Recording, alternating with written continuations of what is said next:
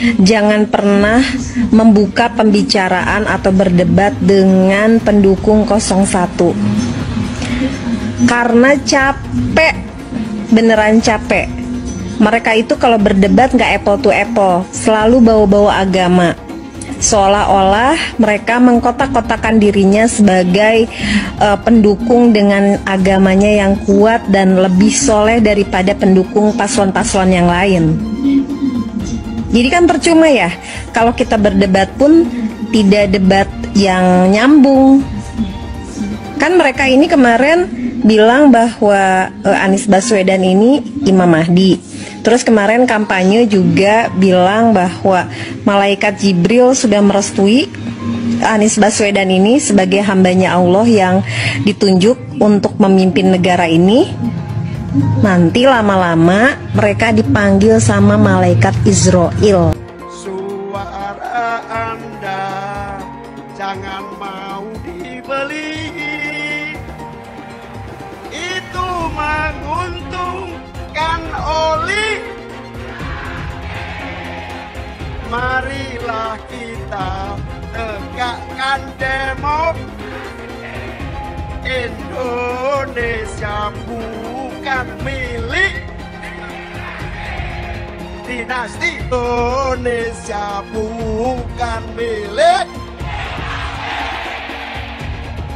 Gak melok. Gak milih Anies masuk neraka.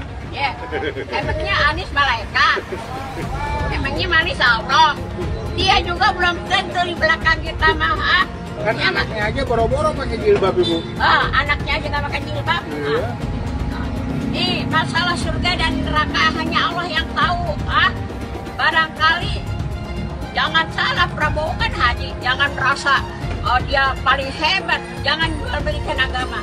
Kita capres-capres aja. Nasional. Tadi viralin. Nah, gitu. Nah, Indonesia aku maju. Bisa aja ya nggak?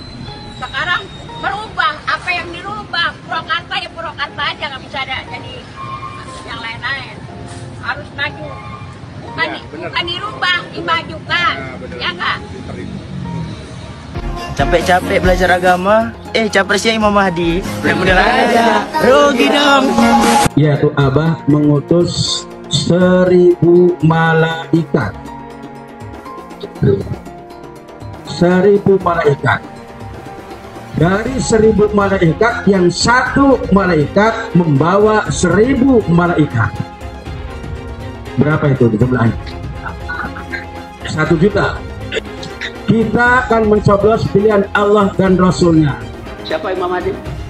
Profesor Dr. Anies Rashid Baswedan. Itu Imam Al-Mahdi. Al-Imam Al-Mahdi 2024 memenangkan Anies Baswedan. Kenapa? Imam Mahdi. Semua sedunia kalau haram tidak mendukung Anies untuk Presiden Indonesia 2024, Dajjal. Kalau tidak memenang Anies Baswedan untuk Presiden, Dajjal.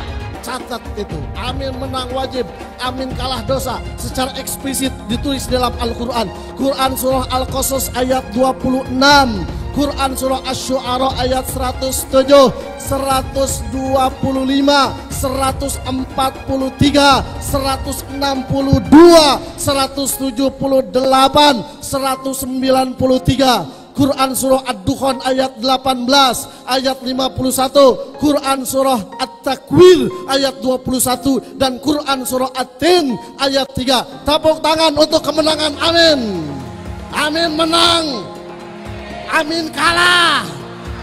Catat itu, amin menang wajib, amin kalah dosa. Kata amin disebut 14 kali di dalam Al-Quran, terdapat di dalam 8 surah. Insya Allah ini menjadi isyarat bahwa pada tanggal 14 Februari 2024 Bapak Anies akan menjadi presiden yang ke-8 dan Pak Muhaimin akan menjadi wakil presiden yang ke-14. Tepuk tangan. Amin menang, amin kalah dosa. Hidup amin, hidup amin, caplos amin, menangkan amin, amin menang 1 putaran, amin, amin, Amin menang. Wajib. Amin kalah. Dosa. Amin menang. Amin. Amin kalah. Dosa. PKB sekarang, PKB-nya itu yang diambil Muhaimin Iskandar dicuri. Yang tidak mendukung Anies sebagai presiden harus dipertanyakan keislamannya. Hamba itu namanya Anies Baswedan. Dia akan panggil malaikat Jibril. Wahai Jibril, aku mencintai hambaku yang insya Allah namanya Anies Baswedan. Kabarkan kepada seluruh umatku, seluruh makhlukku, bahwa aku mencintai Anies Baswedan. Maka Jibril akan mengatakan kepada seluruh makhluk di langit, seluruh makhluk di bumi, cintailah Anies Baswedan. Maka insya Allah makhluk di langit dan makhluk di bumi semuanya akan mencintai Anies Baswedan dan mendoakan pada 14 Februari insya Allah Anies Baswedan Presiden Republik Indonesia. Siap Bekasi memenangkan Anies Baswedan 80%. Siap menang satu putaran. Saya tidak mau pemimpin masa depan menyalahkan angin di kemudian hari. Anda kalau nyindir lain kali jangan pakai angin, Mas. Mau bilang lagi, jangan salahkan angin. Saya kan sampaikan soal angin ya kemarin. Angin tak ada KTP-nya. Angin itu bergerak dari sana sini. Ketika polutan yang muncul dari pembangkit listrik tenaga uap mengalir ke Jakarta, maka Jakarta punya indikator, karena itu Jakarta mengatakan ada polusi udara. Ketika anginnya bergerak ke arah Lampung, ke arah Sumatera, ke arah Laut Jawa, di sana tidak ada alat monitor. Ada orang yang bilang jangan cerita soal angin, maka dia tidak menghormati ilmu pengetahuan. Milih Anies dan Imin setidaknya sudah menyelamatkan Indonesia dari kehancuran. Gus Dur saja dikudetanya, apalagi rakyat. Yang satu memang jago kata-kata, jago beretorika, nggak kelawan kalau soal kata-kata. Kalau PKB sekarang bukan PKB Gus Dur, ini PKB Caimin. Jadi beda, PKB-nya sudah beda. Jadi nggak bisa lagi menurut saya, memang masih tetap jualan nama Gus Dur, itu ada larangannya jelas sekali. Tapi ya namanya orang masih mencuri-curi, kebiasaan kayaknya mencuri-curi. Mencuri partai, sekarang mencuri gambar. Gus Dur pendiri partai, orang yang dikatakan oleh Caimin sebagai guru politiknya, malah dikudeta, apalagi rakyat. Susah kan mau milih pemimpin seperti itu nanti? Pemilihan Gubernur DKI Jakarta yang kemudian memenangkan Saudara Anies Rashid Baswedan sebagai gubernur saat itu juga tidak lepas dari peran dan kedudukan dari HTI maupun FPI yang saat itu dianggap punya peran sentral dalam memenangkan Anies Baswedan. Hak konstitusional itu dirampas oleh rejim Jokowi. Kemudian ketika bergulir kekuasaan baru, ada presiden baru, dan Hizbut Tahrir Indonesia dan Front Pembela Islam menuntut kembali haknya, hak konstitusionalnya. Dan kemudian ketika mereka berkuasa, presiden yang didukung Nasdem itu berkuasa, dikembalikan, direstorasi gitu loh. Lah ini wajar. Jadi SKB HTI dikembalikan, ya SKTP dikembalikan, kemudian kita hidup damai, HTFPI ya dikasih porsinya. Apa porsi HTFPI? Pengen ada kadernya jadi menteri. Apa sih salahnya kita umat Islam mengatur negeri ini dengan syariah kita? Belum lama ini ada kabar yang seram terkait ormas terlarang yang selama ini dikabarkan dekat dengan Anies Baswedan. Akan ada tuntutan besar-besaran kepada Anies untuk memulihkan kedua organisasi tersebut yang sekarang sudah dicap terlarang. Maksudnya, jika Anies jadi presiden, dia kan akan punya kewenangan untuk kembali memberikan izin pada ormas terlarang itu. Karena mereka ini sudah berjuang habis-habisan untuk mendukung Anies. Gimana kalau Anies menolak tuntutan itu? Tentu akan ada demo besar-besaran. Mungkin bahkan akan ada gelombang demo berjilid-jilid karena mereka telah dikecewakan oleh Anies, padahal sudah didukung dari awal. Ini mengingatkan kita pada fakta bahwa dua ormas ini dulu juga getol mendukung Anies pada Pilgub Jakarta 2017 yang lalu. Mereka memobilisasi massa dengan menggunakan politik sara, sehingga akhirnya Ahok kalah karena gempuran kekuatan politik identitas itu. Jangan sampai Indonesia jatuh ke tangan pembohong. Jangan sampai Indonesia jatuh ke tangan Anies Baswedan. Anies pintar asumsi bukan pintar bicara, tidak pintar kerja. DKI Jakarta sudah menjadi parameter Anies tidak pantas jadi presiden. Saya mensyukuri kenapa kalah, kenapa ditahan. Saya bersyukur atas itu semua. Saya coba bayangkan ya, kalau seandainya waktu itu kita menang gitu ya, hari ini belum tentu kita bisa nikmati seperti ini. Kita bersyukur 5 tahun Tuhan izinkan kasih ke orang yang pintar ngomong untuk kerja. Coba kalau kita bayangkan gitu ya, kalau kemarin saya masih jadi gubernur, ini saya udah turun ini. Tapi yang pintar ngomong itu dikira orang hebat kan? Ini lebih berbahaya tahun 2024, langsung ketahuan karakternya. Langsung ketahuan itu. Di saya juga ada kutipan Pak di kamar saya Pak. Tulisannya, Jakarta telah mengambil keputusan yang fatal. Anies bilang dia akan membuka lapangan kerja. Yang dulu janjinya 200.000 lapangan kerja, ternyata cuma omong kosong, alias cuma janji palsu. Soal pembangunan yang berkelanjutan. Dia bilang di Jakarta dia udah meneruskan yang udah baik. Lu jangan percaya ya, itu ngibul. Faktanya nggak seperti itu loh. Belum lagi nih, program penanggulangan banjir. Jadi di daerah Jakarta itu ada daerah yang sebelumnya udah bebas banjir. Pas Anies mimpin, kok bisa-bisanya daerah itu banjir lagi? Gimana nggak banjir kalau kalinya udah nggak pernah dikeruk sama dibersihin, Pak? Kalau soal Jakarta, gue bisa bicara banyak deh. Jadi gue saksi bobroknya kepemimpinan Anies di Jakarta. Dan gue bisa pastiin, omongan manisnya Anies soal apa yang dia lakukan waktu mimpin Jakarta itu banyak ngibulnya. DKI yang kita harapkan, Anies Baswedan yang begitu jelas Islamnya. 4 tahun 8 bulan jadi gubernur. Mana peraturan pergub saja yang melarang miras? Mana perda Islam apalagi? Yang akhirnya tidak berani juga menegakkan hukum. Banjir tetap banjir, macet tetap macet. Kriminalitas Jakarta, Anda tahu 2 menit sekali terjadi pencurian. Sekarang orang sedang euforia, dia mau dicapreskan. Bagaimana umat terjebak lagi, bodoh lagi, masuk lagi. Kalau misalnya memang Anies itu mau maju dan dia tekad mau menegakkan hukum Islam dan menyatakan perlawanan, saya tunggu. Tapi dia tidak lakukan itu. Bapak politik identitas Indonesia Anies Baswedan, Bapak intoleransi Indonesia Anies Baswedan. Jangan lupakan, jangan terlena, jangan sampai dia pecahkan kita dengan dagangan ayat dan mayatnya. Air itu turun dari langit, turunnya ke atap rumah langsung sumur bor, bukan ke sungai dan ke laut. Jangan hanya konsentrasi pada pembangunan benda-benda mati yang indah difoto dan bisa ditunjukkan dalam 5 tahun hasilnya. Kalau kita mau menilai sebuah janji, maka lihat janjinya atau lihat kenyataannya. Dulu janjinya apa ya? Dan ini aneh, betul-betul aneh. Ini bukan kampanye, tapi saya sampaikan sini. Di satu sisi menyiapkan jalur-jalur air untuk dikirim ke laut, di sisi lain di lautnya dipasang dengan pulau reklamasi, tinggal tunggu waktu jadi rob, air balik. Dan ini melawan sunnatullah. Kenapa? Air itu turun dari langit ke bumi, bukan ke laut. Harusnya dimasukkan ke dalam bumi, masukkan tanah. Di seluruh dunia air jatuh itu dimasukkan ke tanah. Bukan dialirkan pakai gorong-gorong raksasa ke laut. Jakarta telah mengambil keputusan yang fatal. Bukan banjir, itu memang parkir air.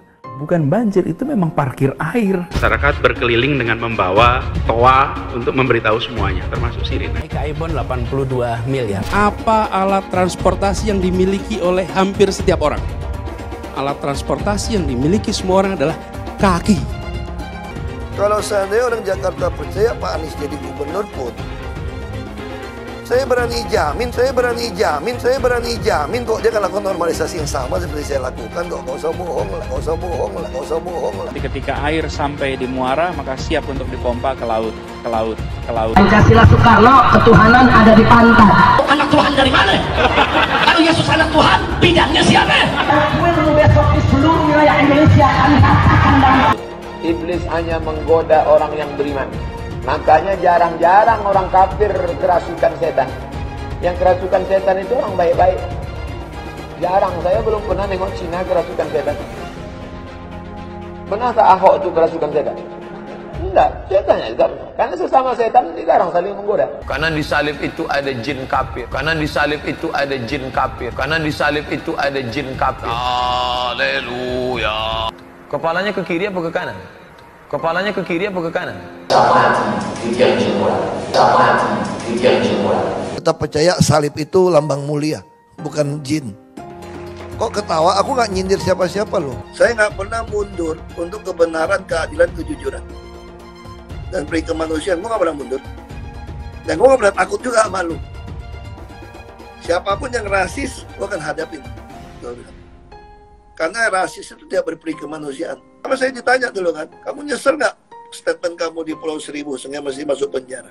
Tidak pernah nyesel.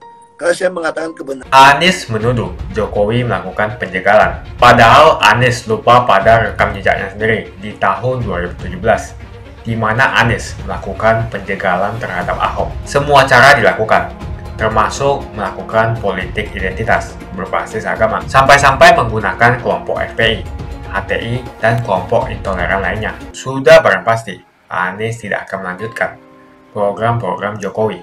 Legasi-legasi dari Pak Jokowi akan dihancurkan oleh Anies. Programnya akan diacak-acak oleh Anies Baswedan. Lihat Jakarta, hancur semua. Semisalnya Anies menang, maka Ibu Kota Baru atau IKN nggak akan jalan. Pembangunan akan di-stop. Kita bisa melihat rekam jejak Anies saat menjabat di Jakarta selama 5 tahun. Tidak ada satupun janji yang dipenuhi dan tidak ada kinerja yang bisa dibanggakan. Dari DP 0%, VOC, kelebihan bayar, Formula E, banjir, sumur resapan, jalan rusak, dan gonta-ganti nama jalan. Jika Anies menang, maka FPI dan HTI, Ormas Khilafah, akan kembali. Apa kita mau Pancasila diganti oleh Khilafah?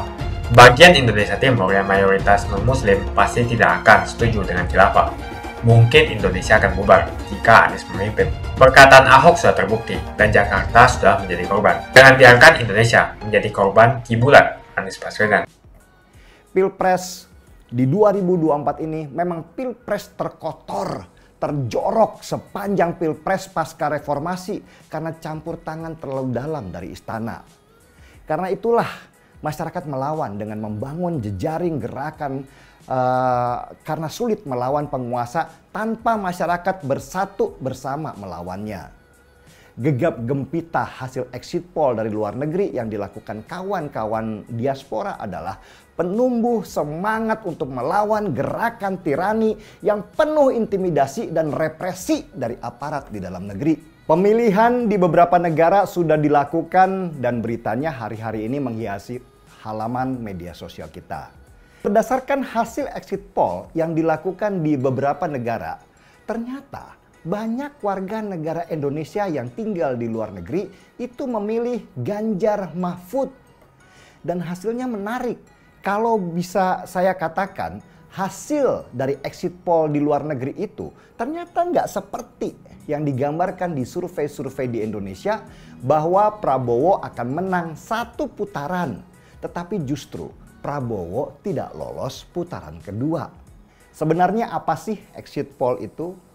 Exit poll itu adalah sebuah metode untuk tahu pilihan seseorang sesudah orang itu keluar dari bilik TPS setelah mereka mencoblos. Jadi ketika ada orang keluar bilik TPS, terus ada komunitas yang bertanya, kamu pilih siapa? Yang mau jawab ya jawab, nggak mau jawab juga nggak apa-apa. Tetapi di era media sosial sekarang ini, orang cenderung sudah tidak menyembunyikan siapa pilihannya lagi. Mereka lebih suka pamer siapa yang mereka pilih karena itu bentuk pernyataan sikap yang harus disuarakan. Tetapi dari hasil exit poll di beberapa negara yang dilakukan oleh kawan-kawan diaspora yang tinggal di sana, kita bisa mendapatkan gambaran utuh bagaimana Ganjar Mahfud diterima dengan baik sebagai pasangan calon yang disukai oleh mereka. Ganjar yang merakyat dan Mahfud MD yang tegak lurus terhadap konstitusi dianggap sosok yang paling mumpuni sebagai pengganti Jokowi. Apakah hasil exit poll ini harus dipercayai? Ya terserah aja. Yang pasti hasil exit poll ini bukan perhitungan dari lembaga resmi seperti Komisi Pemilihan Umum. Dalam penghitungan suara, ada beberapa metode yang biasa dilakukan oleh masyarakat sendiri yang bernama exit poll. Ada juga penghitungan yang dilakukan oleh lembaga survei bernama quick count atau hitung cepat. Nah, nanti yang resmi akan dilakukan oleh KPU yang diberi nama real count. Berdasarkan halaman melbournepemilu.com, disebutkan di sana bahwa di Melbourne, Australia saja, total pemilih Ganjar Mahfud ada di urutan pertama sebesar lebih dari 56%. Sedangkan Anies nomor 2 dan Prabowo paling buncit. Sedangkan di Hong Kong, Ganjar Mahfud kembali menduduki peringkat pertama dengan hasil lebih dari 54% suara. Prabowo nomor 2 dan Anies nomor buncit. Di Eropa, selain di Inggris ya, Ganjar Mahfud lagi-lagi nomor 1, sedangkan Anies nomor 2, dan Prabowo lagi-lagi di nomor buncit. Dan di New York, kabar yang terbaru, Ganjar Mahfud lagi-lagi nomor 1 dengan perolehan 40%-an suara. Yang jelas ada kabar kalau terjadi kepanikan di dalam istana bahwa exit poll itu adalah gambaran dukungan rakyat ke pasangan Ganjar Mahfud. Dan itu berpotensi menggagalkan langkah-langkah istana untuk memenangkan Prabowo Gibran sebagai presiden dan wakil presiden. Lucunya ini, KPU dan Bawaslu sibuk mengkonfirmasi tentang hasil exit poll di luar negeri yang diumumkan oleh kawan-kawan diaspora. Bahkan mengancam pidana. Padahal di tahun 2019 munculnya exit poll tidak jadi masalah. Menurut KPU, rilis exit poll di luar negeri itu sangat bisa mempengaruhi hasil pemilu di dalam negeri. Ini lucu sih, kenapa KPU dan Bawaslu lebih sibuk mempermasalahkan exit poll yang berasal dari swadaya masyarakat, tapi tidak mempersoalkan pelanggaran-pelanggaran yang dilakukan oleh pasangan 02 sejak Mahkamah Konstitusi sampai terjadinya beberapa intimidasi. Sebagai catatan ya, para pemilih di luar negeri ini di tahun 2019 lalu adalah mereka juga yang memenangkan Jokowi di 94 negara. Jadi meski suara mereka nggak bisa dibilang sebagai ukuran resmi, tetapi kita setidaknya bisa melihat gambaran bagaimana kira-kira hasil pemilu nanti di Indonesia. Dan Ganjar Mahfud MD berpotensi jadi juara. Dan ini yang tidak diperhitungkan oleh istana yang terlalu percaya diri bahwa dengan kekuatan mereka akan bisa mengkondisikan pilpres kali ini. Jokowi mungkin tidak berhitung bahwa suara rakyat adalah suara Tuhan, bukan suara penguasa yang menduduki jabatan. Rakyat di Indonesia sudah terbiasa dengan tekanan rezim diktator di masa Orde Baru dan mereka beradaptasi dan melawan sesuai dengan zaman. Terus gerakan perlawanan rakyat, jangan pernah diam, jangan pernah berhenti. Ganjar dan Mahfud harus menang untuk bisa menyelamatkan negeri. Salam untuk rekan-rekan dimanapun Anda berada. Jokowi takut legasinya dirusak Anies Baswedan.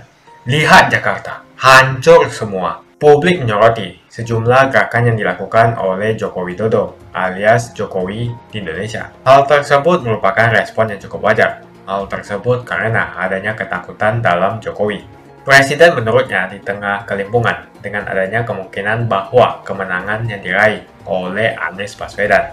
Hal tersebut dapat berujung pada hancurnya sejumlah program dari Jokowi. Hal tersebut jelas terjadi karena penerus kekuasaan kepala negara bukan dari kelompok Pak Jokowi. Lihat saja misalnya di Jakarta. Anies menghancurkan semuanya.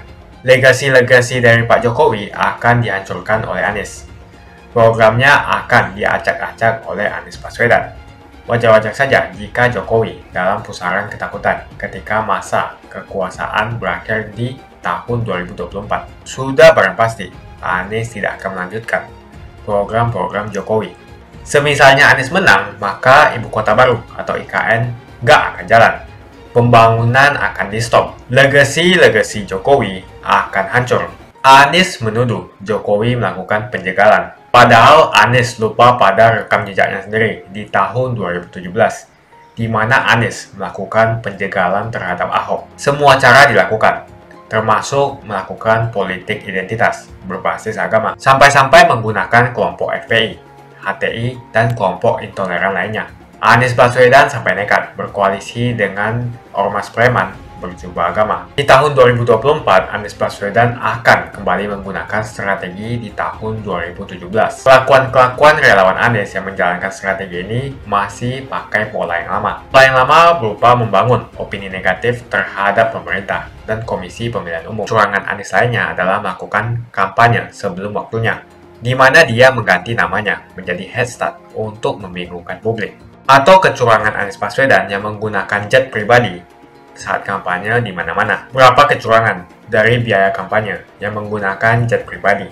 Apakah ini datang dari korupsi BTS yang dilakukan oleh Menkominfo dari Partai Nasdem? Tak main-main kecurangan maling atau korupsi yang dilakukan oleh Johnny G. Plate adalah sebesar 8 triliun rupiah. Suka tidak suka, senang tidak senang, sadar atau tidak sadar, pola Anies Baswedan ini sudah basi.